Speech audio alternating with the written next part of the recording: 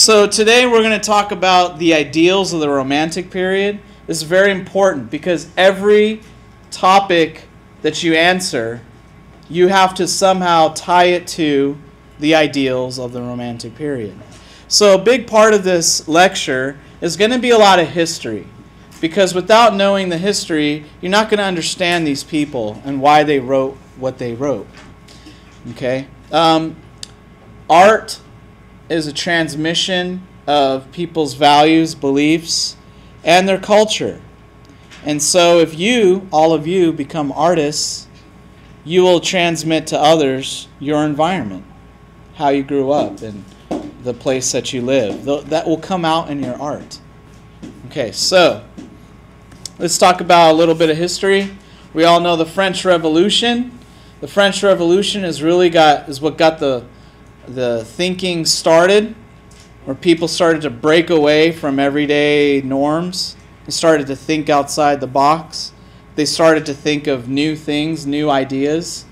Okay, hey, we don't have to live with a king. Maybe we can have another system of government, right? Okay, so, but more important than the French Revolution is the Industrial Revolution. So when we talk about the ideals of the Romantic period, it's the Industrial Revolution that truly speaks to us. This is quite a different revolution than the French. This is not about people overthrowing a tyrant. No, no, no. This is about a change in how we live and how we think. The advent of the machines changed our world. It changed humanity. Was it for the good or for the worse? That's up to you to decide.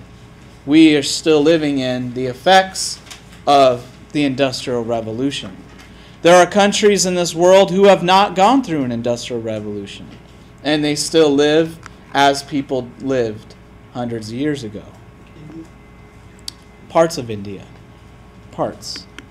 So, don't try to copy everything down. I want you to more understand what's happening. So I know there's quite a bit of bullets here. Well, what was it? It basically was going on the early 1800s. By the early 1900s, it had matured and was fully here. And then we had the invention of the automobile in the early 1900s. That is like the crowning achievement of the Industrial Revolution, right? Thank you for cars. Think about how our society would be different without them. Be completely different. So, that was the crowning achievement. But we must understand, the artists of the Romantic period lived during the infancy of the Industrial Revolution, when it was just a baby, when it was just a thought, when it was barely growing up. These are the artists that we're talking about, because they saw the world changing.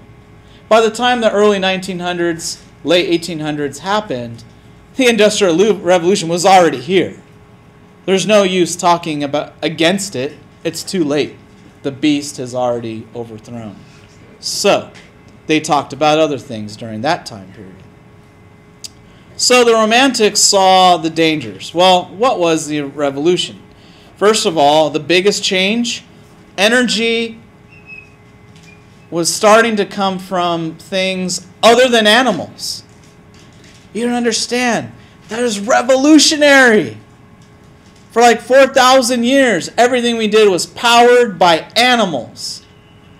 If you had a big stone wheel to grind your corn and your wheat, you could take a lever and just spin it and roll it all day. Or you can go get your donkey, put a carrot like right in front of its face, and it's so dumb that it's going to chase the carrot all day. And you tie it to the wheel, and the donkey walks around in circles trying to get the carrot, while you sit back in the field and dream of better days, or dream of the neighbor, trying to get with them. All right, while the donkey does all your work. Hey, that's great, right? That's awesome. Production, however, is incredibly slow. You can make enough food for your family, possibly your neighbors, and they could buy from you, possibly. You certainly could not feed a whole city of 100,000 people. So, the shift from steam power and coal power immediately started changing the world in a radical way. We don't need the animals now.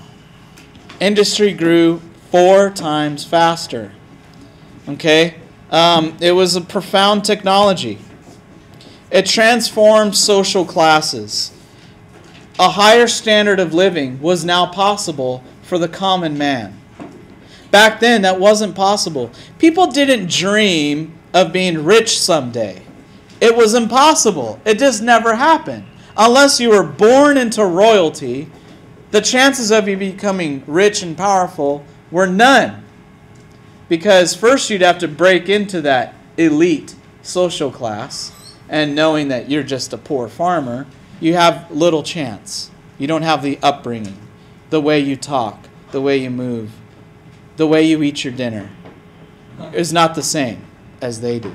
You'll never be one of them, even with money. However, the Industrial Revolution started to change some of these ideas. It said, you know what? You don't have to be some poor, uneducated farmer. You can go work in the factory. And instead of making your own food, you can go buy food. That's interesting. That means you don't need a backyard anymore. See, back then you needed land. You had to have land to eat and survive. You needed land for your livestock, for your chickens, for your carrot patch, your potato patch, for your tomato vines. Well, now you can just buy it all. You don't need a backyard. We can just take human beings and put them all into buildings. Because you just buy your food, right? Okay, so already we're starting to see a change. Also, guess what? If you make more money, you can buy a bigger building. Or you can buy yourself more room or better food. And so the middle class starts to arrive with the coming of the machine, the technology. I want you to look at this map. Now, don't get scared. There's no test on this map. I just want you to look at some of the patterns. First of all, look at the one on your left. In 1800, all the black dots represent cities with 100,000 people. As you see, they're pretty much spread out. You recognize the names of them. Rome, Venice, Paris, London, Amsterdam. Famous cities. Now, look at the world of 1900. Look how many black dots there are. Those are the cities with 100,000. So what happened between 1800 and 1900? Was there a population explosion? People were just having babies like crazy? No, that's not what happened. What's happening is a concentration of people. You see, in the 1800s, the population size wasn't that different. It's just that the people were spread out. They lived in the valleys and in the mountains and by the rivers and in the fields and in the hills. Now they moved away and they all live in the cities. Have you ever been in a situation where you wondered, where did all these people come from? Yeah, the airport. Ever been to like Disneyland? You wondered, who are all these people? Stater Brothers? Never see the same people twice. All new people. It's like, where are these people? Who are these people? Have you ever gotten in line for a ride and the line just goes on forever? And you wondered, who are all these people? I thought I was the only one who wanted to go on this thing. Okay, so you see, these sentiments were probably common if you lived during this time. Now, I want you to look at the map of 1900. Where are most of those black dots concentrated? By the ocean. Yeah, look at the countries. England. Look at England, guys. England, if you forgot which one it is, it's this big island-looking thing here. Look at the concentration of people. It's incredible. So in 1800, there was one city with 100,000 people in England. In only 100 years, look how many cities grew up. If you lived during the 1800s, you lived in England, you would see your world changing right before your eyes. That farm that you used to know, Grandpa used to know, gone. There's a factory there now. Have you ever seen that in your time? Have you seen places where there was like nothing and then all of a sudden there's like a whole shopping center? Yeah. Whole condos? Palm Springs? Yes, stuff's exploding, right? Everywhere. Like around Morongo? Patriot. There was no school here, right? Was it just a field? And now look. The field over there? Okay. Right. So you guys kind of know what this industrialization looks like, right? It changes your world, literally. Okay, so let me ask you a question. Oh, let's look at this map real quick. This map shows us the concentration of industrial areas during 1850, mid 1800s. This is the middle of it all. The pink areas show emerging industrial sites. The orange is their full-on industrial sites. I mean, they're shipping, they're producing like crazy. Where are all the orange areas? England. They're all exclusively in England. So England at this time was an industrial superpower. Do you see why this industrialization would affect the writers of that time? Yes. It would affect their music. It would affect the art. That were British? The people. Yeah. England, Great Britain. So, we would see radical shifts in what people are writing about and talking about. Okay? England is huge as far as industrial areas. The rest of the world can't even keep up. The U.S. is trying too at this time, using slave labor, trying to keep up with the demands of the world. Now, let me ask you some questions. Why is England the one? And I just want you to look at it geographically. What advantages does England have more than all the other countries? It has their own Water on all sides. Why is that an advantage? Ports and shipping, absolutely. England has a super powerful navy, but they can ship their goods to anywhere in the world. Everybody lived in this time within 20 miles of a navigable river. That's not a river that you just take a bath in. This is a river that you can take a huge boat with goods and ship it anywhere into England. So it doesn't matter. You don't have to be in London. You can be out in the boondocks, middle of nowhere, build a factory, and start shipping goods. And now you're like super rich. Okay? Also, England becomes a center of innovation with experimental scientific technology. Today, I would say the equivalent would be Japan. You guys know anything about Japan? Do they make some weird stuff? Yeah. Stuff that'll make your head spin, right? Everything from their music videos to their newest toys to food. All right, well, Japan has created a culture of innovation where it's okay to be different. If you make a robotic worm that goes on the ground, everyone's like, that's so cool, man, you know, responds to your commands and stuff. What are we going to do with it? I don't know. But it's this whole spirit of innovation.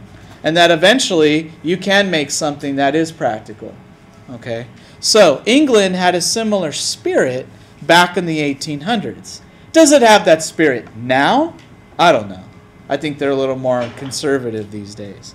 But back then, man, England was where it was happening. Technological innovation was happening. Weird little contraptions and stuff, you know, boxes, all these things start popping out, like Inspector Gadget and stuff like that. Sherlock Holmes? Yes, this is Sherlock Holmes. Have you guys seen Sherlock Holmes, the film? Yes. Does England look like a crazy place?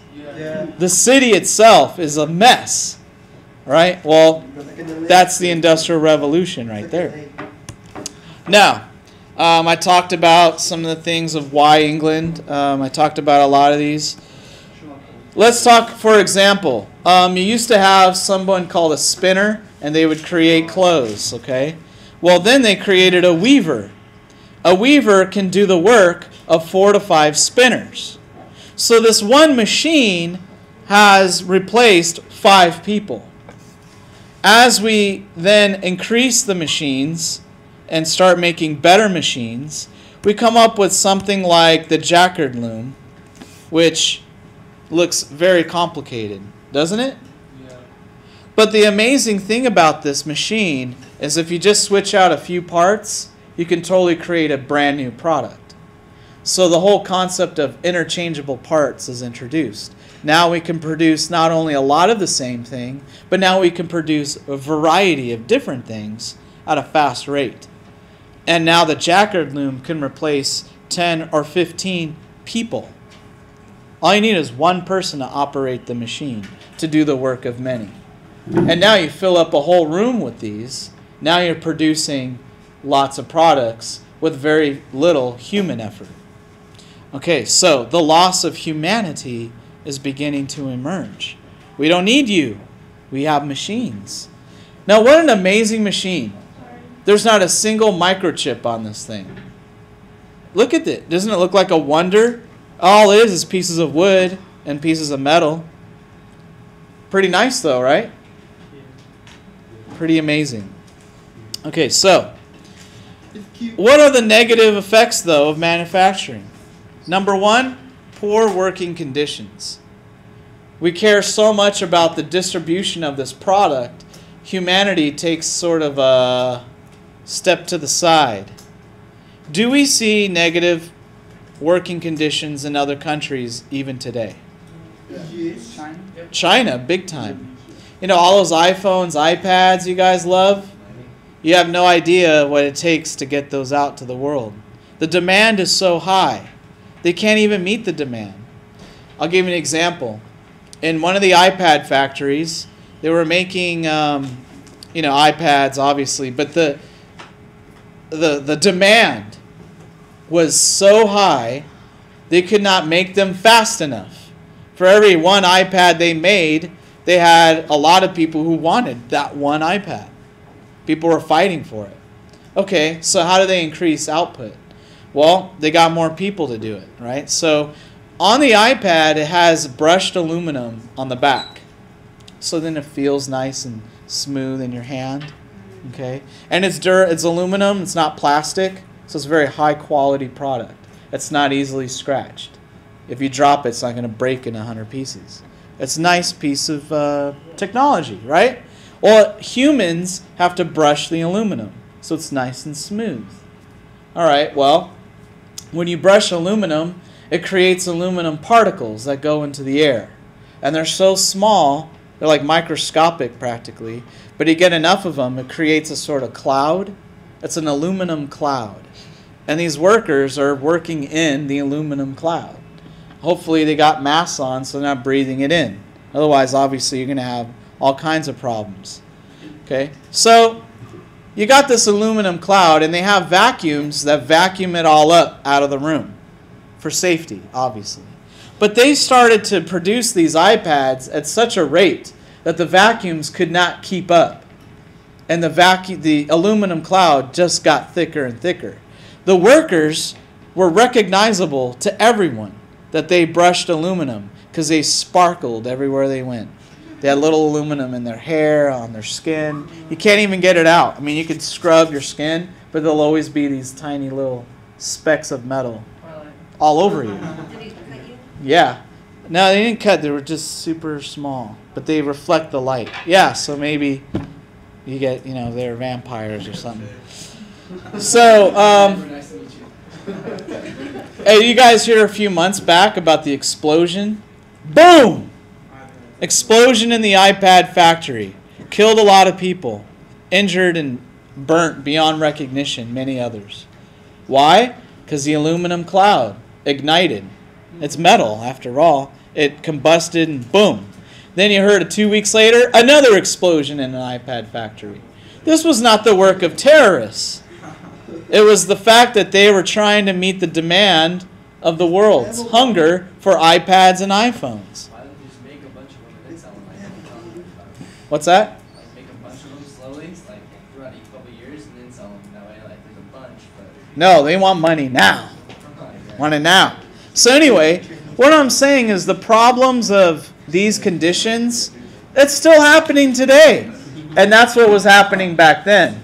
Now, there's a group of people called the Luddites, and they were handicraftsmen who were replaced by machines.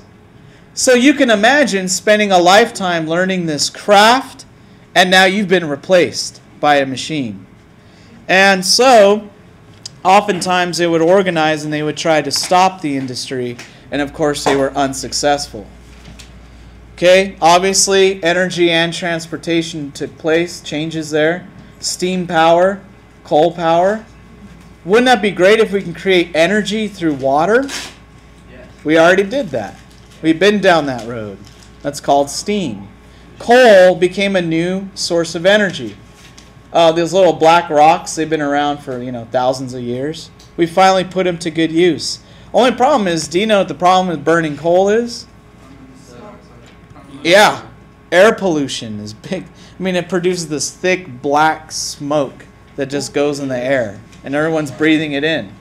There are countries today that still run off coal power to power their electricity. They're coal power plants. Okay, so it's very unclean. So what are we doing to our world? So that really asks the question, is technology good? So do you see, this is a question we can talk a lot about, right? And this is where we go into the ideals of the Romantic period. So I had to build this stage for you because you have to understand where these writers are coming from. Their world is rapidly changing. The decline of humanity is happening. Someone's got to say something. And that is who these people are. So primarily, what was the Romantic movement? It was a literary movement. Why books? Why use books to convey your vision? Why not run for political office? Why use books? Because it gets to more people more. Absolutely, it gets in the hands of the most people. And you can write a story that's not offensive because it's a story, like about a scientist who creates a monster. But maybe you're making a political statement. Oh, it's just a story, right? But maybe it's more than that. And so many writers are part of this Romantic period. Do you notice some of the names? Charles Lamb, Mary Shelley, There's Mary Shelley. Hawthorne sounds familiar. William Wordsworth, Yes. Will Cooper, Oh, Edgar Allan No. Poe. That should be interesting. Edgar Allan Poe is a poet, right? Yes, so Edgar Allan Poe was an American author who was inspired by the events happening in the industrialization of England. He was very in touch with what was happening. Okay, so you see American people here as well. They were inspired by the British authors. It was the British authors, of course, who started this whole thing. Why? Because their world was rapidly changing. But not just writing. It was also an art. So I want you to look at this painting, and this is a Romantic period painting. It reflects the ideals of the Romantic movement. Well, how? First of all, what is this a painting of? the Colosseum. Sunset. There's a sunset, absolutely. What else? Castle. There's a Colosseum. But what happened to the Colosseum? It's ruins. That's right, it stands in ruins. What about, what do you see here? Castle. A castle. So here we see two different time periods being represented. These are thousands of years apart. And yet, does a castle look in ruins? Kinda. There's no flags waving or anything. It looks abandoned. It's kind of lonely up there on the hill. Do you see any people in here? No. Yeah. So what is the... Why put people real small down in the corner? What does that say? There's still like, There's still life, but what's dominating is the landscape. And so, when you look at this painting, and you're a Romantic period artist, as soon as you look at this painting, this is what you think. You're thinking, oh, nature is powerful and will eventually overcome the transient creations of man. Isn't that what you guys thought when you first saw it? Yep. Oh, totally. All right, so you should probably write this down because as you attack these topics, this is the sort of thing you want to be connecting to. That this is one of the ideals of the Romantic period. That nature is powerful and will eventually overcome everything. Has anybody seen that show, Life After People? Anyone seen that show? It's a great show. It tells you that everything man has made will eventually decay and fall to nature. One story, waters in Babylon or something, the rivers in Babylon? Yeah. Okay. So, in Life After People, what they propose is that after 10,000 years, if humans were to leave the earth, only two things would stand the test of time to tell anybody that we even existed. One would be the pyramids in Egypt. Of course, the pyramids would be buried. So unless you uncovered them, you wouldn't even know that was there. The only other thing is the presidential faces on Mount Rushmore, That's gonna fall apart. carved into the granite of a mountain. No, after about 10,000, they say those faces will still exist. But everything else we've ever created will dissolve and become part of nature. How about the running bull, running bull?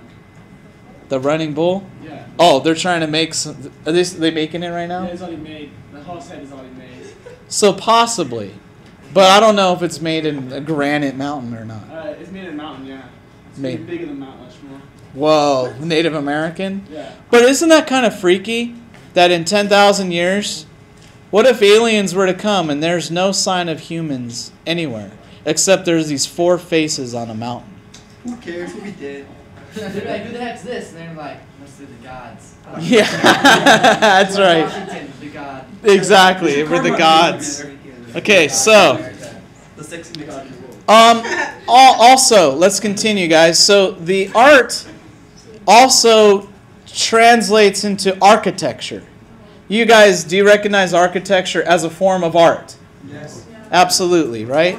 Some art's better than others. Well, art goes into now the way they're making buildings during the 1800s. And we call this the Gothic revival. And what they've done is they've reached into the medieval ages and they've pulled out the architecture and have now modernized it. So you have this Gothic sense. Now, when we talk about Gothic, it used to be a historical term. It was a historical time of the medieval ages. But when we now bring it back, we're now talking about the art or the aesthetics of the medieval times.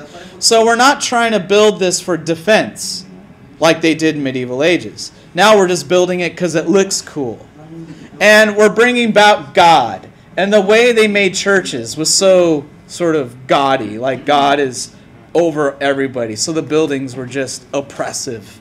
Well, that same feeling they want to bring back because the factories were so dirty, bland, and boring. So let's bring back that human aspect of the medieval ages. That's called the Gothic revival. Did you have a question? No. Okay, so I would write these words down. The emphasis in the Romantic period is on intuition, imagination, feelings, and on nature. This is a reaction against the Industrial Revolution. Because the Industrial Revolution was taking this away from us. These are the things that make us human. The difference between man and machine are these four things.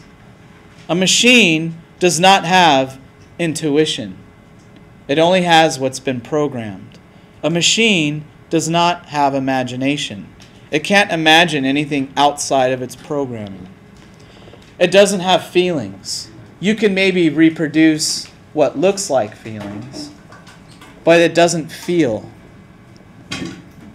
And nature is the opposite of machines.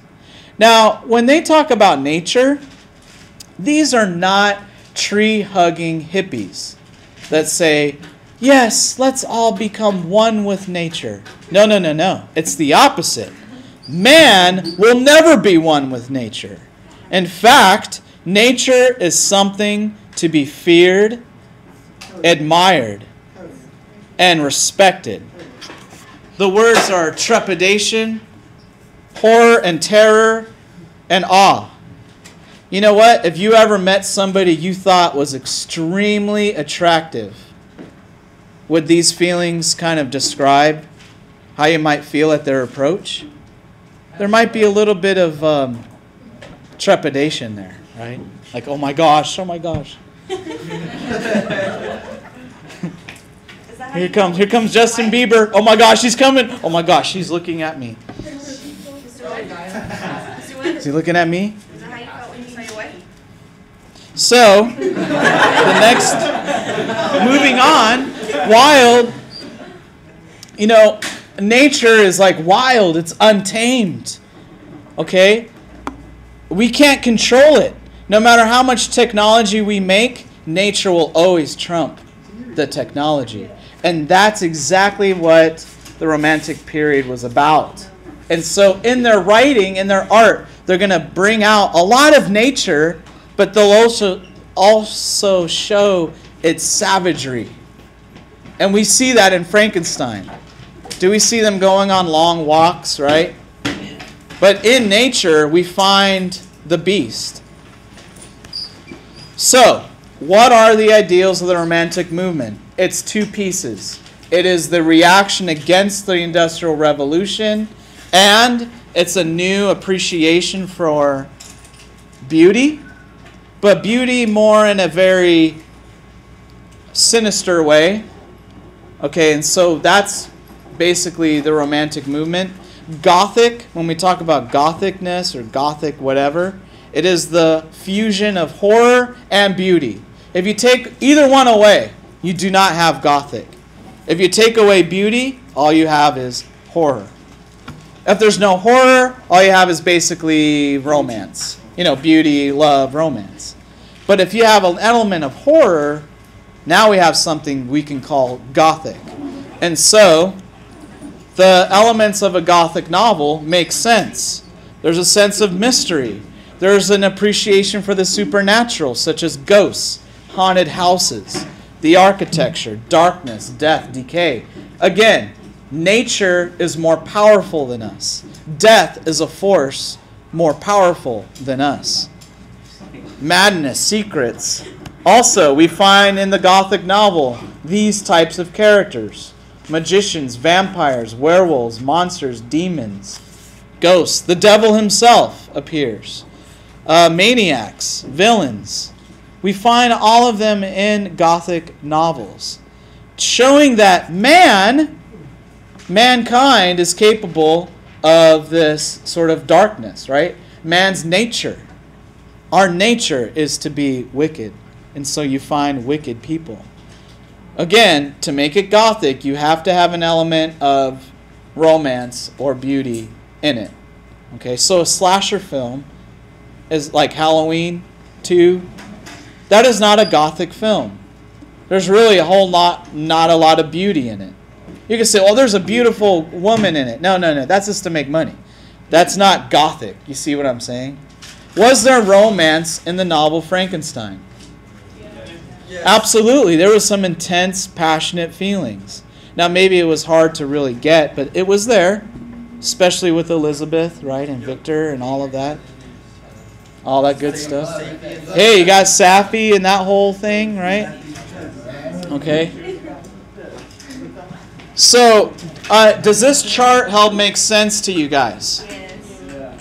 Okay, so when you start looking at the topics, you're trying to make a connection. It's either connected to the Industrial Revolution, like, wow, this music is really a reaction against technology. I could totally see that. Or it's on the other side of it. Oh, this is very Gothic. I can see where there's elements of sadness, horror, mixed with the very beautiful. Like this part of it's gorgeous, you know. So that's why Gothic people in the magazines look like they're going to a funeral, but there's a beauty there too.